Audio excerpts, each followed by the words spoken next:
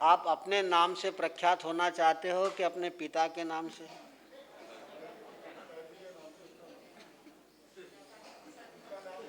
पिता का नाम लेते कहाँ? जिसको पूछते अपना नाम बोलता महावीर, बाप का नाम बोलता कहाँ है?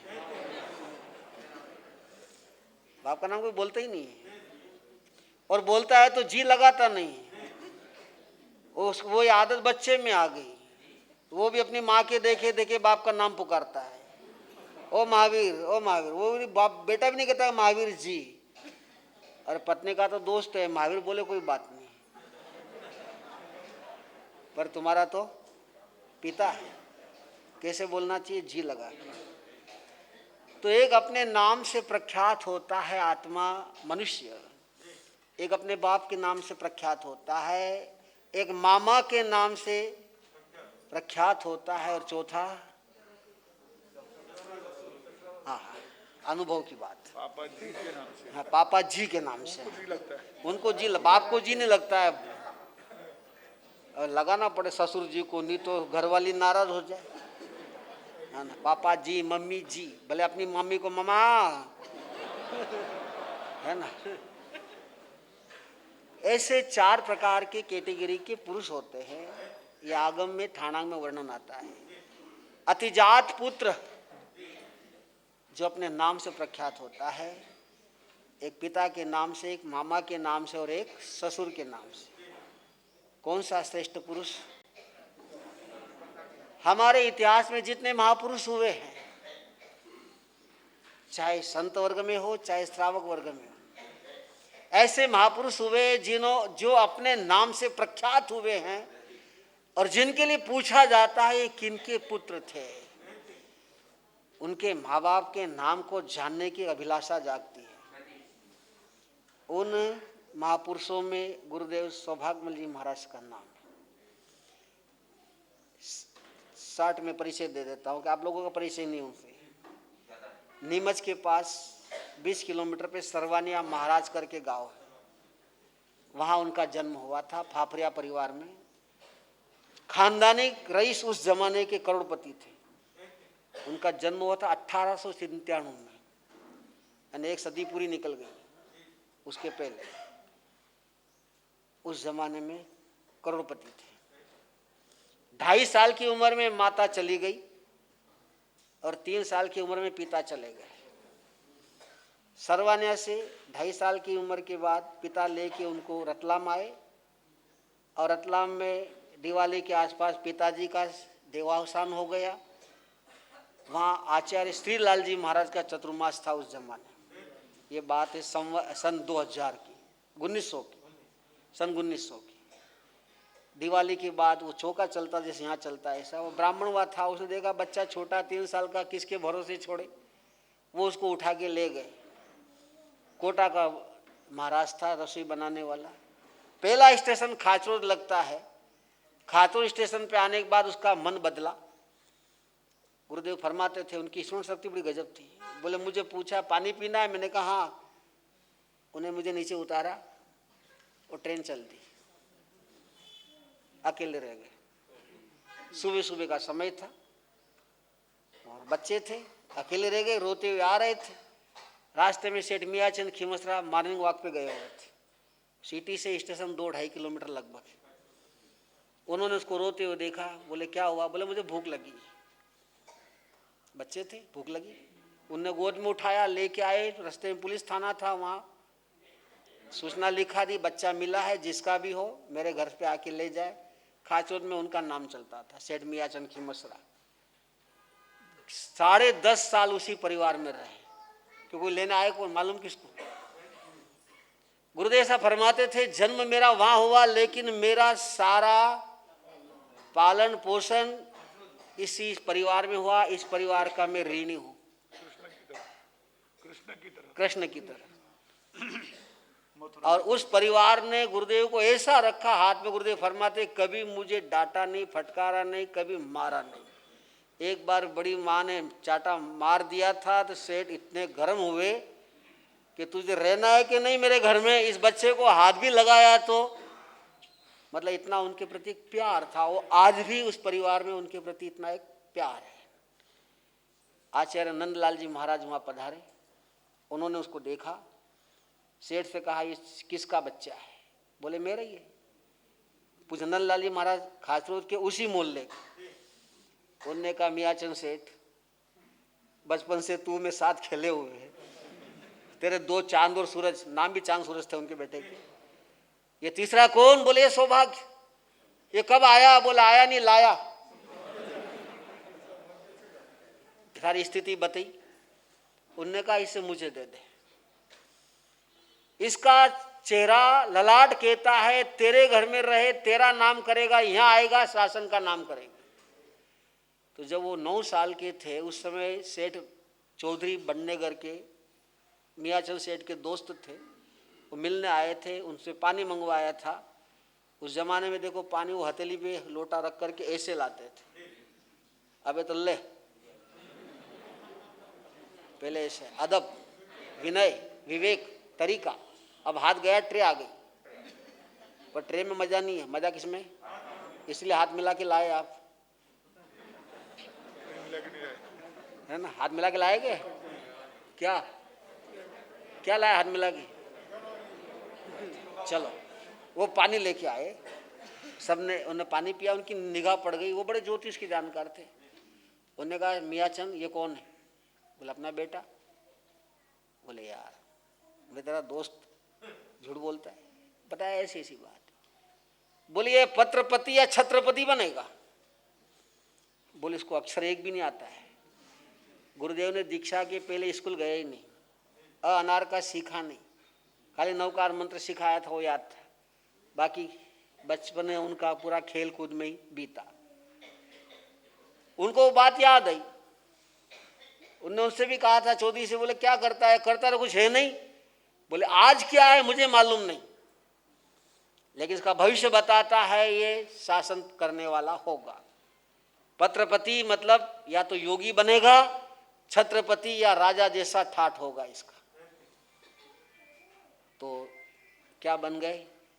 पूज्य नंदलाल जी महाराज ने मांगा, उन्होंने विचार किया, दूसरे दिन फिर गए, फिर मांगा, दे दे। उन्होंने कहा मैं तो दे दूं, लेकिन मेरे परिवार में जो पत्नी बेटे बहुए जो है, इन सबका इससे अति मोह है, मुश्किल है। उन्होंने कहा सेठ तू मन करेगा तो काम हो जाएगा। वहाँ एक दीक्षा होने वाली थी, वैशाख बदी तीज, और उसी दिन गुरुदेव की दीक्षा हो गई चुपचाप कमरे में ऊपर। कहाँ हुई? कपड़े ही बताए, गुरुदेव भोले ही थे, नए कपड़े दिखाए, पहनना? बोले हाँ ये तो कपड़े पहनना है। किसको पहनना है? नए कपड़े हैं अभी इनके आए हैं, एक तो आ गए प्लस एक और। हाँ, तो गुरुदेव मेरी दीक्षा में मैं पूरा सज धज के गया था, 10 उंगलियों में अंगूठे थी, गले में बहुत था। गुरुदेव देख के हंस दिए, मेरा हाथ पकड़ा, आपका नहीं मेरा हाथ पकड़ा गुरुदेव ने, और बोला क्या ठाठ है तेरे? मैं कहा क्यों?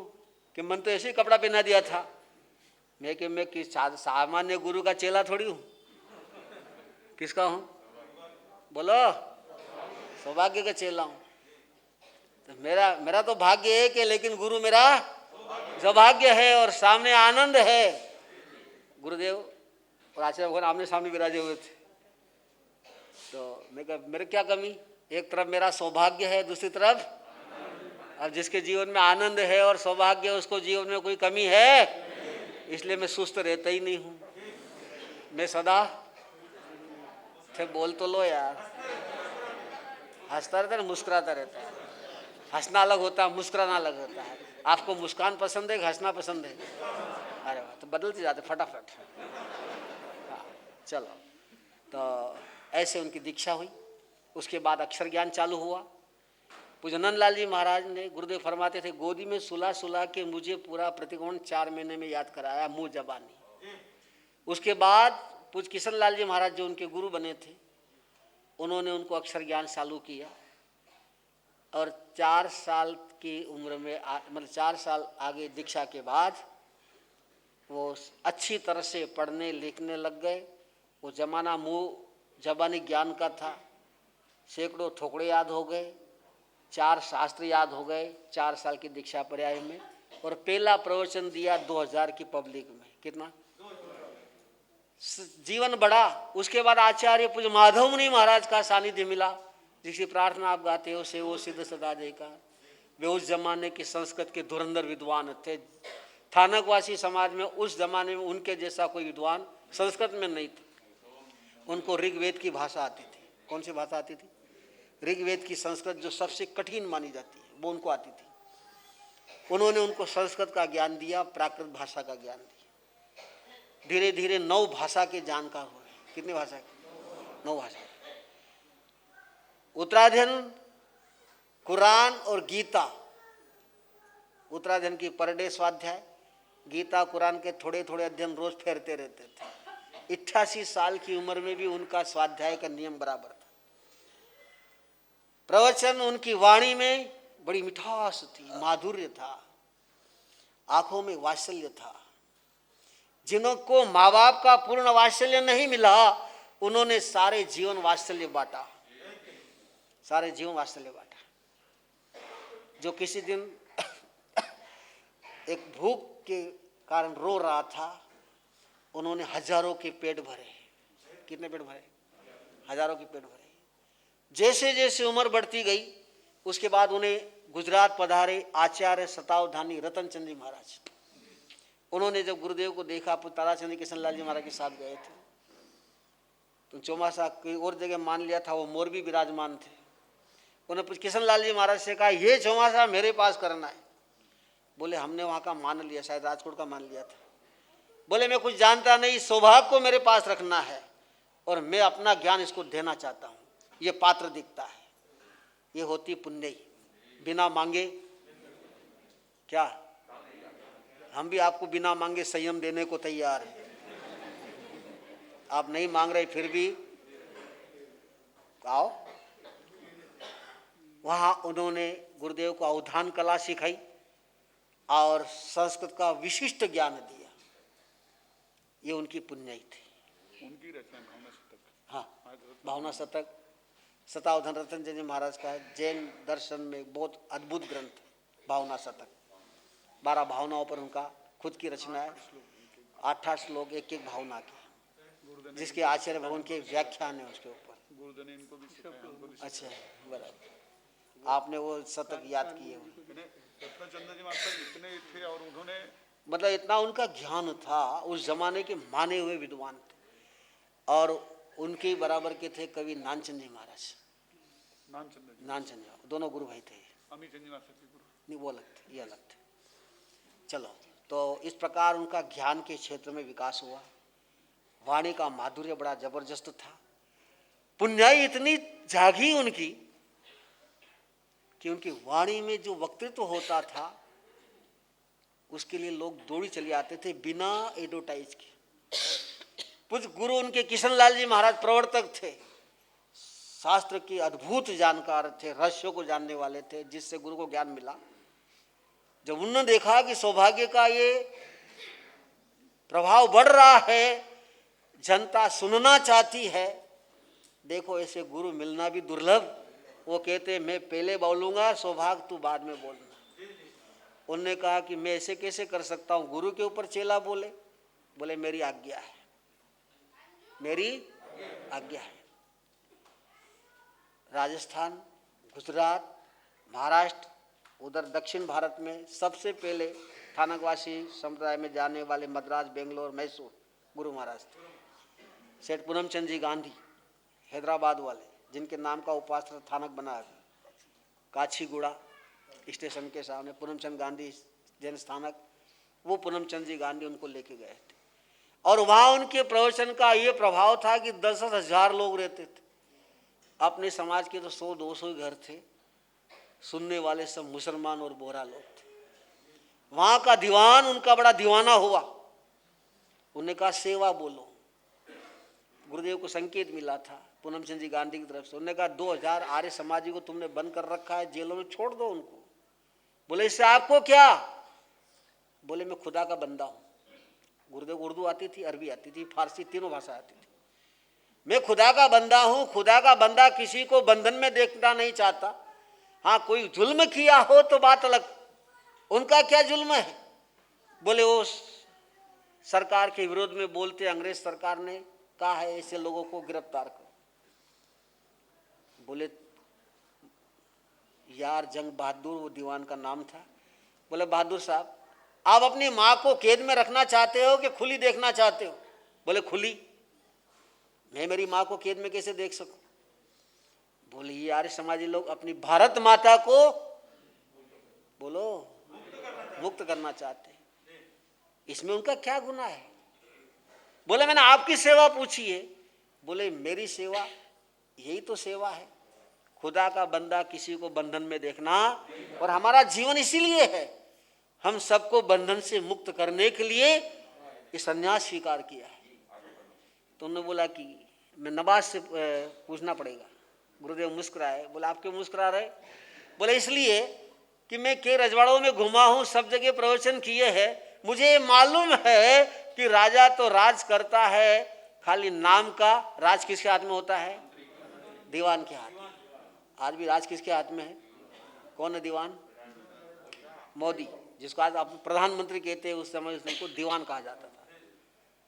बोले ठीक है मुर्शद मैं फिर भी कोशिश करूंगा। बोले कोशिश नहीं, अब समझ लो मेरी आज्ञा है। बोले ठीक है। और 2 घंटे बाद वही 2000 लोग आए, गुरुदेव आर कर रहे थे। बोले जाओ, सौभाग्य जी महाराज कौन? सौभाग्य जी महाराज कौन? कुछ किशन लाल जी महाराज सब आर कर रहे थे। बोले जा सौभाग्य थारी फौज आ गई। गुरुदेव नीचे आए। बोला आप लोग कौन? बोले हम सब जेल से आए आर्य समाजी लोग। नवाब के दीवान साहब ने खुद जेल में आकर के हमें मुक्त किया, और उन्होंने एक बात कही है, पहले तुम बेगमगंज जाओगे जहाँ गुरुदेव सौभाग्य जी महाराज विराजमान है, पहले उनके दर्शन करोगे, उसके बाद डबीरपुरा में विराजे हैं, वहाँ जाओ, और वहाँ से तुम। उसके बाद मैसूर गए। मैसूर का दीवान सर मिर्जा इस्माइल खान, उन्होंने एक प्रवचन सुना था बेंगलोर में, और बोले फिर हर 4 दिन में प्रवचन सुनने गाड़ी से आते थे। कोई मुसलमान था, लेकिन गुरुदेव के प्रति इतने एक भाव जगे उसकी। वो मैसूर लेके गए। मैसूर के दीवान खाने में गुरुदेव का प्रवचन हुआ, और इस प्रकार उन्होंने धर्म प्रचार किया। इस जहाँ भी गए अहिंसा धर्म, विशेष रूप से कर्म सिद्धांत का प्रवचन गुरुदेव विशेष करते थे। अजैन लोगों को, हजारों लोगों को उन्होंने मांसाहार छुड़ाया, शराब छुड़वाई। तो गुरुदेव को कभी नाम की इच्छा नहीं थी, वो तो पुण्य ही थी, अपने आप नाम चलता था। एक नाम के लिए काम करता है,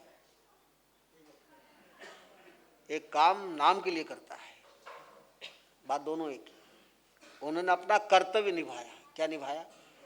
साधुत्व का कर्तव्य निभाया। और जब उस समय थानकवासी समाज की स्थिति देखी, उनके दिमाग में हलचल थी। साथ मिला जैन दिवाकर चौथमल जी महाराज का। किसका मिला? जब दोनों महापुरुष मिले नीमच के आसपास, चर्चा हुई, में कुछ करना है। बातें चल रही थी, कॉन्फ्रेंस चालू हो गई थी, चर्चाएं चल रही थी, लेकिन आगे कोई बढ़ नहीं रहा था। इन दोनों महापुरुषों ने एक निर्णय लिया कि अपने को आगे बढ़ना है, और सबसे पहले हम त्याग करते हैं अपने पद का। और दोनों आप विशेषता देखना, दोनों महापुरुषों ने जीवन में कभी कोई पद नहीं लिया। न जैन दिवाकर चौथमल जी महाराज ने लिया, न गुरुदेव सौभाग्य जी महाराज ने लिया। इन्होंने जो पद आए अपने शिष्यों को दे दिए, गुरु भाइयों को दिए, खुद ने नहीं लिया।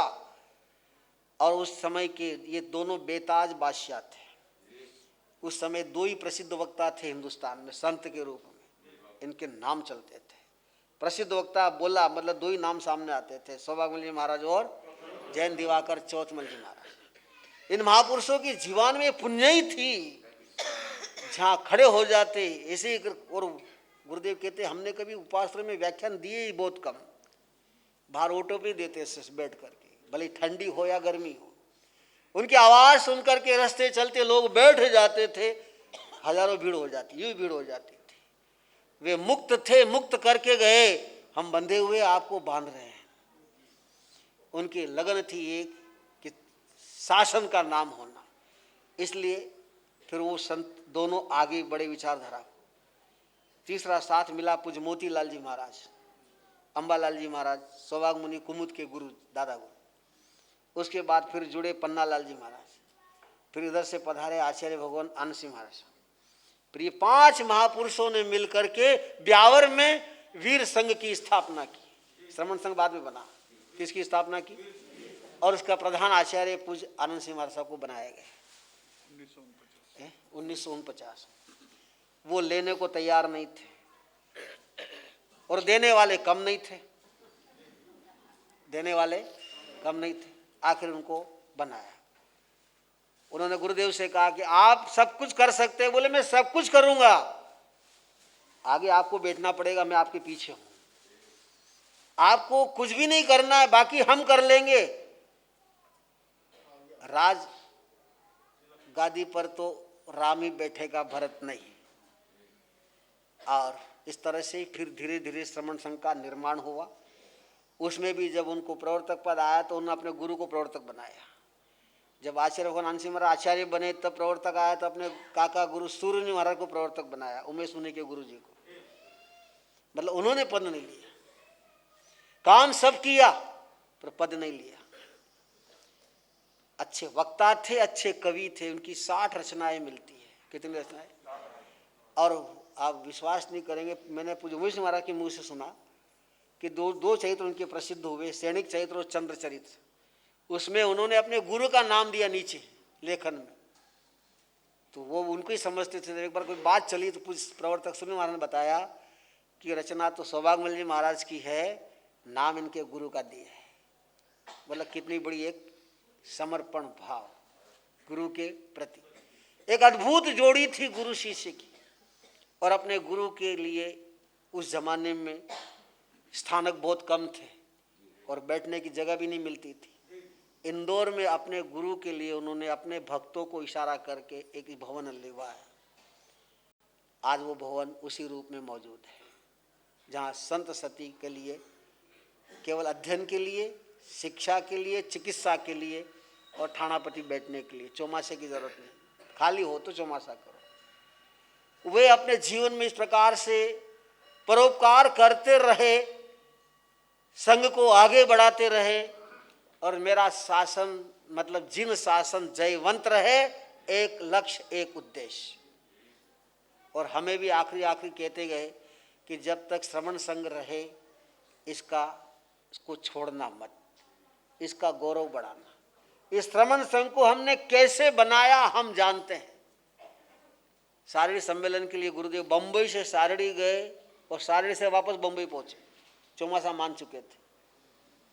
यानी 1500 किलोमीटर का विहार, 1.5 महीने में आना और 1.5 महीने में वापस पहुंचना। तो उनका बड़ा भव्य व्यक्तित्व था, कृतित्व था। उनके समय में उनका एक खूब नाम चला और अच्छे अच्छे महापुरुषों को उन्होंने श्रमण संघ में मिलाने का योगदान दिया। आप नाम सुनते हो, जानते हो, समर्थमल जी महाराज ज्ञानगंज के, वो और हमारी गुरु परंपरा एक है, सुन लेना। लेकिन झगड़ा किसका होता है? भाई भाई का होता है। झगड़ा किसका होता है? भाई जैसा वेर नहीं और भाई जैसा प्रेम नहीं, दोस्त नहीं। तो किसी बात को लेकर के पूज्य माधव मुनि महाराज के जमाने से अलग हुए थे। पहला अजमेर सम्मेलन जब हुआ उस समय गुरुदेव ने समर्थमल जी महाराज के साथ वापस 1934 में उस समय वापस गुरुदेव ने प्रेम संबंध जोड़ा। वो समर्थमल महाराज के पास बैठ गए जाके, बोले मुझे तो आपके साथ रोटी खाना है। उनके गुरु से पूछा क्या करूं? बोले तेरी मर्जी आई जो कर, हम तेरे साथ में। कितना विश्वास गुरु को अपने शिष्य पर। उस समय उनकी 44 साल की उम्र थी, लगभग 40 साल 44 साल की लगभग उम्र थी। तो आखिर उनको बाध्य होना पड़ा और फिर साथ में आर पानी हुआ। जब श्रमण संघ बना वो बाहर रह गए, गुरुदेव अंदर आ गए। तो उन्होंने सबसे पहले योगदान दिया। किसमें दिया? श्रमण संघ। कि जब गुरुदेव ने भाषण दिया था अजमेर सम्मेलन, उस सम्मेलन में, तो संतों ने कहा पहले आप तो एक हो जाओ, फिर सबको एक करने की बात करना। बस वही बात लेकर के वो उनके पास पहुंच गए थे। आचार्य हस्तिमल जी महाराज, आचार्य गणेश लाल जी महाराज और पन्नालाल जी महाराज जो विजयनगर के थे, गुलाबपुरा के। इन तीनों महापुरुषों को बड़ी बड़ी प्यार से समझा करके श्रवण संघ में साथ में जोड़ा। और पूज घस्तीमल जी महाराज तो एक ही बात कहते रहे, कन्हैया की बंसी बजती है तो झुकना पड़ता है। किसकी बंसी? गुरुदेव सावले वर्ण के थे। कौन से वर्ण के थे? 6 फुट के थे, जैसे भगवान ऐसे 6 फुट के थे। ये गोरे हो? तो तुम्हें आपने पूरी कर दिया, हमारे साथ आप आते तो सांवरिया जी हमको मिल गए। तो जो गुरुदेव की वाणी में मिठास थी और काम करने की एक कला थी, उस कला के सामने आचार्य हस्तीमल जी महाराज को भी झुकना पड़ा, आचार्य गणेश लाल जी महाराज को भी झुकना पड़ा। ये तो बहुत लंबी इतिहास की कथाएं हैं, पर मूल बात इतनी, 88 साल की उम्र थी, 32 ही मौजूद थी। वो कभी उन्होंने कभी भी, मैंने 10-11 साल साथ रहा, कभी भी बाटी का घर नहीं खाया उन्होंने। वो घर निकाल के हमको देते, लो ये बुढ़े का खाना तुम खाओ, हम तो जवान हैं। कड़क कड़क खाते थे। क्या खाते थे?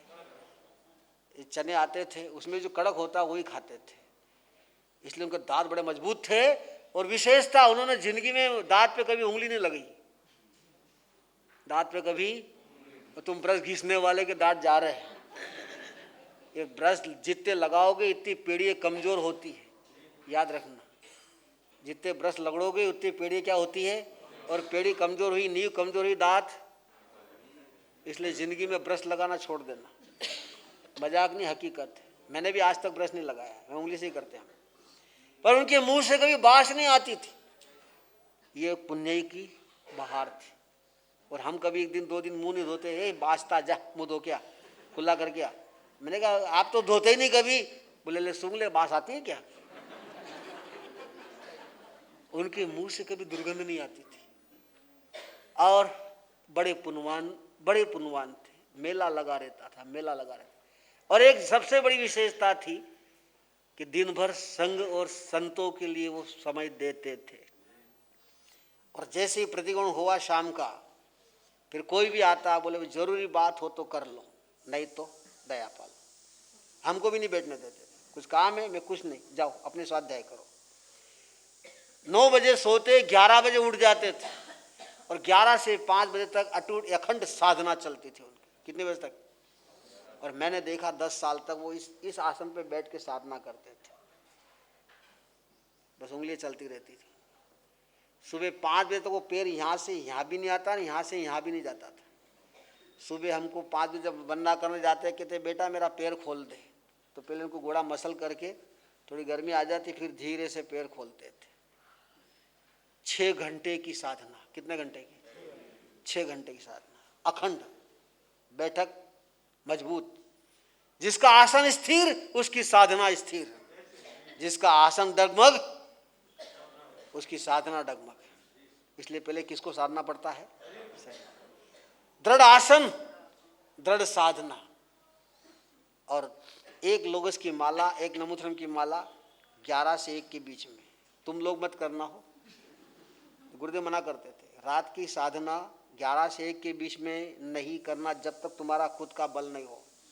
नहीं तो कोई भी देव शक्ति परीक्षा कर सकती है, और तुम चलायमान हो गए तो मामला गड़बड़ हो सकता है। फिर 1 बजे से 3 बजे तक जो साधना करते थे वो हमें नहीं बताई कभी भी। पर उसके बाद उत्तराधीन सूत्र की स्वाध्याय उनकी चालू होती थी। उत्तराधीन पर डे स्वाध्याय उनका नियम था, और 2 घंटे में पूरी स्वाध्याय कर लेते थे उत्तराधीन सूत्र की। मुँह जबानी उनको याद था, अखंड साधना थी। तो ये था उनका साधनामय जीवन, ये थी उनकी समाज संघ की सेवा, और ये थी शासन की प्रभावना। ऐसे सदगुरु का मुझे क्या मिला? शिष्यत्व मिला। तो ये मेरा सौभाग्य। बोधिदाता, दुखत्राता, आनंददाता सदगुरु, सौभाग्य गुण संयुक्तम श्री सौभाग्य गुरुवे नमः। बोधिदाता, बोधि दी उन्होंने। दुखत्राता, मानसिक शारीरिक दुख मिटाए। आनंददाता, आत्मा में आनंद पैदा कर दिया। सदगुरु ऐसे होते हैं, सदगुरु जो सौभाग्य गुण संयुक्तम, जो सौभाग्य के गुण से युक्त थे, ऐसे सदगुरु को हम क्या करते हैं? नमन करते हैं। तो ऐसी उनकी पुण्य थी। एक बात और कह के पूरा करता हूँ। उनके गुरु पूज किशन लाल जी महाराज और उनके गुरु पूज नंद लाल जी महाराज, जो गुरुदेव के दादा गुरु थे, ये दोनों महापुरुष मैंने अपनी आंखों से देखा, देवगति से आके सामने उनके बात करते थे साक्षात। और उनका समय रहता था रात को 12:30 से 1 बजे का। मैं कई बार पास में सोता था तो आवाज आती थी गुरुदेव की, मैं उठ के बैठता, गुरुदेव सो जा सो जा सो जा। मैं कौन है कौन है कौन है, बोले कोई नहीं सो जा। पर बाद में धीरे धीरे बड़े उम्र होती गई, समझदारी आती गई, तब ध्यान में आया, मुझसे पूछा मैं किससे बात करती, बोले दादा की कृपा है, एक ही शब्द कहते थे। और उन्होंने अपने गुरु को ईश्वर शब्द से ही पुकारा। किस शब्द से? ईश्वर शब्द से ही पुकारा। बापू या ईश्वर ही कहते थे। और इतना बड़ा व्यक्तित्व का धनी 7 साल तक एक जगह रह करके अपने गुरु की सेवा की। कितने साल तक? संघ समाज में सब बहुत पीछे पड़े, आप संतों को छोड़ दो, आप विचरण करो। गुरुदेव मेरा गुरु जब तक है, ये जीवन उन्होंने दिया है, ये जीवन उनके हवाले है। किसके हवाले? ये सारा जीवन अब तेरे हवाले,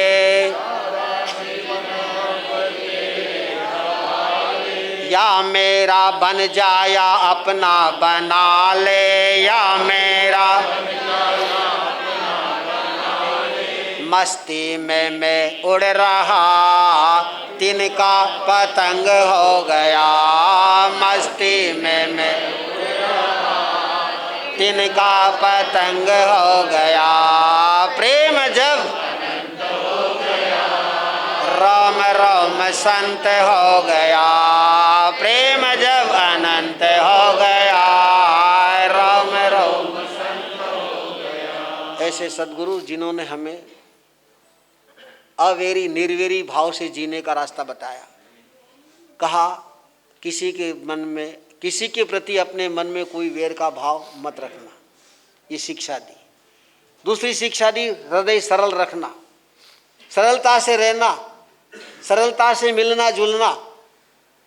आप देख रहे हैं हम भगवान के साथ पहले भी 2 चौमासे हो चुके, ये उनके संस्कार है। किसके संस्कार है? गुरु के संस्कार है। और तीसरी बात कही कि कोई वेरी भी सामने आ जाए, अपने को मुस्कुरा के बात कर लेना। कैसे बात कर लेना? मुस्कुरा के बात कर लेना। अपना क्या जा रहा है?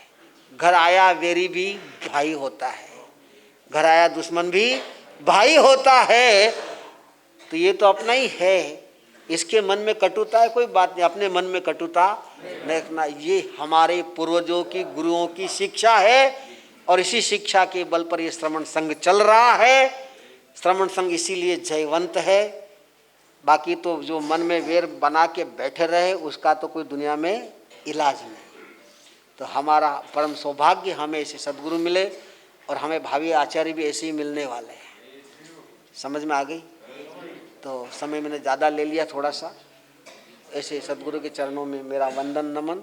ये परम सौभाग्य है कि इस नागपुर शहर में पहली बार शायद आपने उनकी बात सुनी होगी, है ना।